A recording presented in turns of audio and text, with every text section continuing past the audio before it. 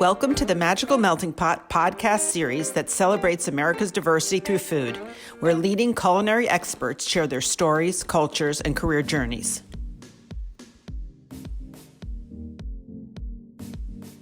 So, hi everybody. I'm so pleased to be interviewing Damaris Hall today. I've known Damaris for about 16 years when I interviewed her for the Magical Melting Pot cookbook, where there's a chapter about her that includes the food and traditions of Kenya and some delicious, healthy recipes. But it's been a lot of fun to watch her food journey in the United States, introducing Americans to East African and Kenyan cuisine as a chef, caterer, and now frozen food line entrepreneur. So I'd just like to start, Damaris, with what brought you to the US and how did you decide to dedicate yourself to bringing a little known cuisine to Vermont and New Hampshire? I'm sure when you introduced Kenyan cuisine there, you didn't have too many competitors. Well, my name is Damaris Hall, and I'm a co-founder of Global Village Foods. So we make allergy-friendly, ready-to-eat meals with bold African flavors. And my journey, how we ended up in the U.S., rather in Vermont, is that my husband is originally from Tennessee, and he came to Kenya a few years ago, and we were both students at the time, and that's how we met. He stayed in Kenya for a while, and before he left, he asked me to marry him, and I want to say maybe about a year later, I was able to join him, and that's how we ended up in Vermont. Yep. Awesome.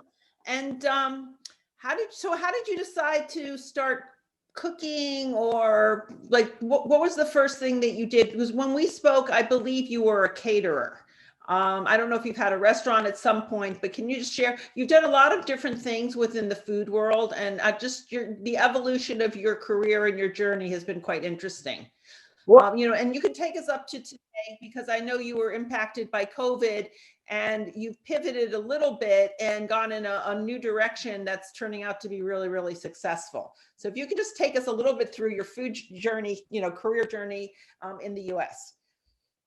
Well, when I was back in Kenya many moons ago, when I was back in Kenya, I went to school for cooking. So when I immigrated to the United States, it was kind of like a continuous progression of the things that I was doing. So I wanted, there were two pivotal things that happened. So first, I wanted when I moved here, I did not enjoy the food as much because it was foreign to me. So I wanted to cook something that was similar and something that was familiar to my culture and roots. And then in the process, we decided as we were looking for foods that were familiar to us, to me, we decided that we wanted actually to start cooking for people. So we started doing festivals, food in festivals, and then after that we started doing catering. And as we moved on from catering, people really enjoyed the food, and because the food is just great tasting food with no preservatives, and people wanted and we also have a lot of vegan options. So people really enjoyed the flavors, and we wanted to introduce it to more people. So we opened a restaurant, and we ran the restaurant for a while, and would get people from different locations, coming to visit us. And they would say, "Hey, I really enjoyed your food. Can you open a restaurant in Boston, or can you open a restaurant in New York, or can you open a restaurant in Michigan?" So as we continued to get so many people to enjoy the various flavors, we were like, okay, maybe there's an opening here. And that's how we started doing the frozen products, so that we can start shipping them to different locations and giving them to different stores. Okay, super. So can you explain to our listeners, you mentioned the food is very healthy. There are a lot of vegan options, I think a lot of vegetables, but can you just share a little bit more about some of the key ingredients, seasonings, breads, grains, preparation styles from the food of Kenya? And also if there have been influences from other countries. I think some of your breads, I don't know if you think you have chapati, which I don't know if that's Indian influence, but can you just talk a little bit about the cuisine? Yeah, our food mainly we do. I'm originally from Kenya, but most of the food that we actually do is more Pan-African, and we have a lot of we have some dishes from Kenya, but we also have dishes from other parts of the country. But I'm going to specifically talk about the Kenyan food, but also African food in general. Uh, so the Kenyan food mostly the main feature is mostly vegetables and grains. So we do a lot of vegetables. We do millet. We do sorghum. We do kale. We do a lot of wild greens. There's very limited meat because meat is kind of scarce, but we use meat as a seasoning, and more for flavoring than as a main feature. And then what we season it lightly. So we have turmeric, we have cumin, we have curry, but Kenyan food is mainly very mild but not very spicy. And if you start moving to other regions of Africa, then you get some some cuisines that are spicy. So it's very varied. Okay, great. And then can you also share a little bit about the importance and cultural significance of food in Kenya? Any special customs, holidays, special event foods or traditions? I remember writing in the book about weddings and how the whole village was invited, and it's not real exclusive. It's just very warm, open, and friendly. But can you just talk about, different foods as they relate to special holidays, traditions, things like that? Well, food is kind of like the centerpiece of our African culture and tradition. So we celebrate with food. During weddings, if there's a wedding, everybody is invited. It's not a special invitation, but it's everybody is invited, and we celebrate with food. During harvest time, we celebrate with food. So food is really the main feature, the main the centerpiece for everything that we do. And as when I was growing up, when there were parties, or parents coming to visit, grandparents coming to visit, we always celebrated with special cooking. If you get a visitor from a different part of the village, then we celebrated with food. So food always features as a centerpiece of. It's a way of saying, I care for you, I love you, let us share a meal together. So that's it. That's our way of saying we care for one another. Okay. And anything with any special beverages? You drink coffee, tea? Are there any traditional beverages that are super popular? I know certain parts of Africa are known for coffee. There may be tea influences in other parts that may have been settled by the British, whatever, but just anything special about the beverages in Kenya? Yeah, tea is a part of the welcoming part of, when somebody comes to visit, the first thing that you do is offer them a cup of tea. And we have the Kenyan tea, which is really, it's grown in the Kenyan islands of in the parts of in the Kenyan islands, and it's great. So everybody has access to tea, and tea is when somebody comes over to visit, and it can be at 11 o'clock, it can be at 10 o'clock in the morning, it can be at 4 o'clock in the afternoon. The first thing that you offer is a cup of tea. So yes, tea is we feature tea is a main beverage that we have. We also have a little bit of coffee, because we also have the Kenyan coffee, but coffee is not celebrated as much as tea is celebrated. So we celebrate tea more. I guess it's fair to say that we drink more tea than coffee. Okay, super.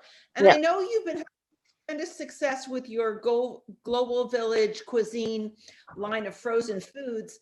And I was wondering if you could talk a little bit about it, how you came up with the name, how you decided what's in the line. I think our listeners would be interested in finding out more about it. You can talk maybe, if you would, about where it's available, and what your vision is for expanding the line.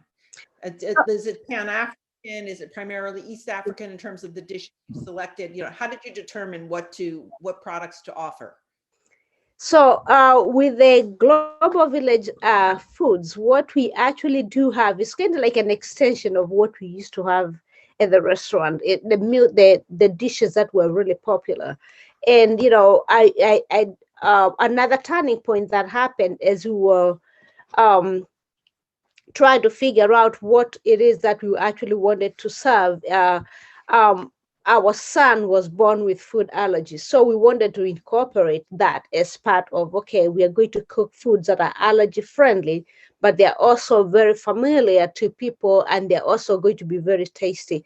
So as we were trying to decide what to do and what dishes to pick, we picked the dishes that were allergy friendly, but at the same time they were also very popular dishes that we used to serve at the restaurant, and we wanted to encapsulate that feeling of healthy, great tasting food, but in just one package. Okay, so does it include, or is it predominantly vegetable and includes a grain, or can you just describe just a few of the dishes? So the meals, so we have like a chickpea tagine, which is a uh, utilizes kind of like most of the methods that we have in Africa. So we do a lot of stews, slow cooked stew with chickpeas and carrots and raisins and cumin and turmeric. So we cook it really slowly, and then we serve it with the brown rice and millet, which is all grain. So, and millet is one of the grains that I actually grew up with. My mother used to grow millet, and so we harvested millet quite a bit. So we have a combination of like a bean dish and brown rice and millet. And then Terrific. Go ahead. Sorry. yeah, the other thing that we also have like an Ethiopian lentil stew, which is which is uh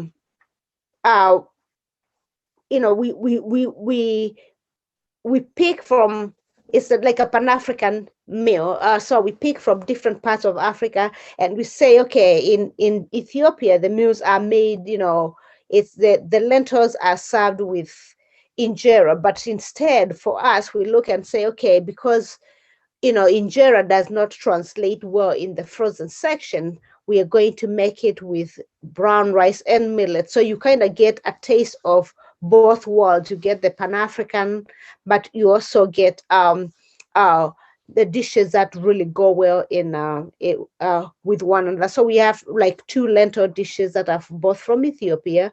We also have an African no-nut stew, which is made with sunflower seeds. In Africa, it's made with peanuts.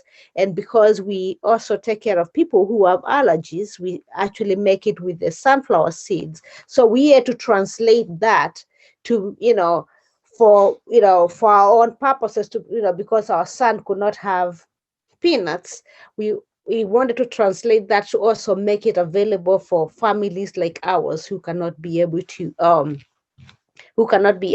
eat peanuts. Yeah. Great. And I understand Whole Foods is one of your customers. I've been talking to your daughter, who's amazing. One of the things I want to talk to you about a little bit is what it's like working with your daughter. But I know you've been expanding throughout Whole Foods to different markets. And I don't know if you could just talk a little bit about, the process of testing and expanding, because I think it's very exciting. So yeah, so our foods, our packaged meals can be found in we are throughout the Northeast. You can find them throughout the Northeast. We have some products. All our meals are found at Whole Foods, at all the Whole Foods in the Northeast region. uh, we started when we started the process. We started with the local co-ops, because our local co-ops have always been very receptive of our change, our meals. And we wanted to so we expanded from the local co-ops all the way to the Whole Foods and any other areas that grocery stores. And the hope is that we are going to continue exploring, or expanding all the way to the all region of the Northeast. Yeah, I mean, also of the eastern seaboard. Sorry, yeah. That's great. That's great. And then are there any other items, like I imagine that just growing within the geography would be a huge step, but are there any other products you envision adding to the line? Any beverages or desserts, or more from different African countries? I'm just curious your vision long term. Yeah, so if you look at our menu, if you look at our menu, we've kind of tried to tap in from, we have 5 different meals, Global Village Foods. We have 5 different meals, and we kind of try to tap from different parts of Africa. So we have like the eastern part of Africa, we have the northern part of Africa, we have the western part of Africa. And the hope is that as we continue to grow, that we are going to the entire line, we're going to continue we also offer samosas. Yeah, I apologize. Yeah, we offer samosas too, and we also have falafels. So as we continue, we are going to add, we have more products that we are thinking of bringing online. We have some sauces that are coming online. As a matter of fact, we have a sauce that we are testing right now, and it's in the process of coming online. So we do have a whole bunch of other things that we are hoping that we are going to introduce. We're going to introduce to the name, so that people can know when they go for Global Village Foods, they're getting a whole set of, they can get meals, they can get snacks, they can get drinks, they can get sauces. So we hope that we are going to become the go-to for healthy, natural African foods. Yeah. I think that's a fabulous, fabulous positioning, because nobody else is doing that. And I think Americans are literally hungry for new cuisines, particularly with COVID. People can't travel, and it's a way they can experience other cultures through food. So I think it's going to be tremendous. And then, can people buy from your website right now? Are you doing e-commerce? We currently are not doing e-commerce. However, we are starting. That is coming. We're almost in January or in February. That's going to be coming up in February. Yes. So yes, we will, by the time this I guess by the time this comes, you put out the podcast, I guess we'll be doing e-commerce. Yes, people can buy the product from us directly. Yes. Super. Then I just have one more question, which is, can you just describe working with your daughter? I imagine it's a dream come true, that it's a lot of fun, and that you each have different skill sets and you're learning from each other. So I don't know if you feel like sharing, but I think you and your daughter are both fabulous, and it must be a lot of fun for you to work together. I think you said it really, very well, that we are both learning from one another. Working with my daughter, I mean, it's been wonderful. It's a great experience, going, her going away to college, eventually coming back and working with us, and being able to teach us, and we teach her at the same time. So it's been a fabulous, fabulous experience. And working with young people, it's, they're savvy, they're smart, and it's been a very exciting, way, and she's able to help us navigate some of the, some different areas, or being able to help us look at different ways that we can be able to look. Yeah, so it has been a very wonderful experience. And have given primarily the job of doing the marketing. So she's been able to rebrand, do a rebrand, and do all the marketing. So everything that you're seeing out there, with the Instagram and Facebook, that is her. That's how her, because we are busy with the rest of the part of the business. Yes. So it has been a very wonderful experience and very humbling at the same time. It's wonderful. And the package that you designed and you just relaunched, I think is a wonderful, wonderful package. It's really attractive. It stands out on the shelf. I think she did a really great job. So if people want to get in touch with you, one, they can visit the website, globalvillagefoods.com. Any other suggestions? Yes. Or do you have contact information on the website, right? Yeah, they can find us on Instagram. So Facebook, with this Global Village, Global Village Eats. I'm sorry, excuse me. Yeah, I apologize. Yeah, Eat Global Village. That's a Facebook. Yeah, so Eat Global Village, and our website again is Global Village Foods. And they can also find us in stores at Whole Foods in the freezer section. If you go to the freezer section, that's where you can find our chickpea tagine, our Swahili curry chicken, our Moroccan with olives, Ethiopian lentil, and African nonut. So you can find all those in the stores. If you go to the food co-ops, or if you go to any Whole Foods in the Northeast area. Yes. Yeah. And Yeah, go ahead. I'm sorry. Yeah, and at the co-ops, you can also find samosas, and you can find falafel. You can also find, we also have a vegan kofta curry, which is a wonderful kind of like a meatball, which can be found meatball with sauce, with the eggplant sauce, which is absolutely delicious. So those ones can also be found at the co-ops too. Yeah. And are those in the refrigerated section?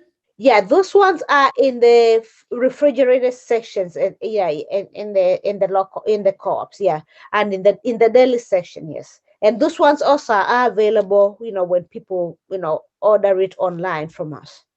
All the products that I'm talking about are going to be available, yes.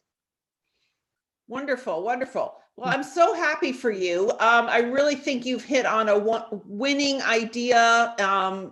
The execution, I think, is great. I know you're getting a lot of repeat orders. You've been in stores not that long, and you're just building a lot. And I know you've been very busy. So I appreciate you taking the time to speak with us today.